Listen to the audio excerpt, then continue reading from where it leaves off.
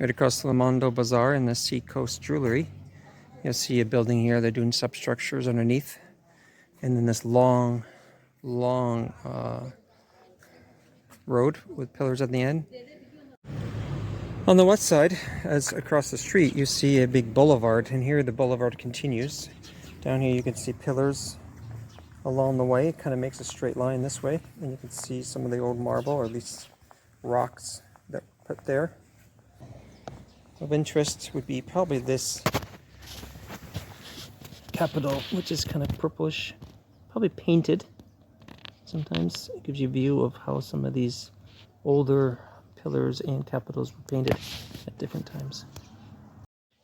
From the side view, you can see some of the walkway, how beautiful and how preserved this is. This is on a little exit here, a little opening on the stairway. So very beautiful. You can see there's two pillars that are purplish.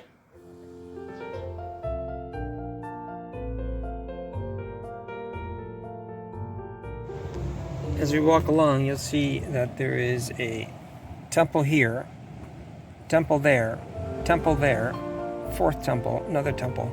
In the middle of that is the Byzantine church that was made, and you'll see it's next to the other temples. And even number 32 is another temple area. So you have all this area along the shore was temple region area that they used for the Roman religions. And then you had this area next to it, and above it where it became the Byzantine, the Christian site in that area. So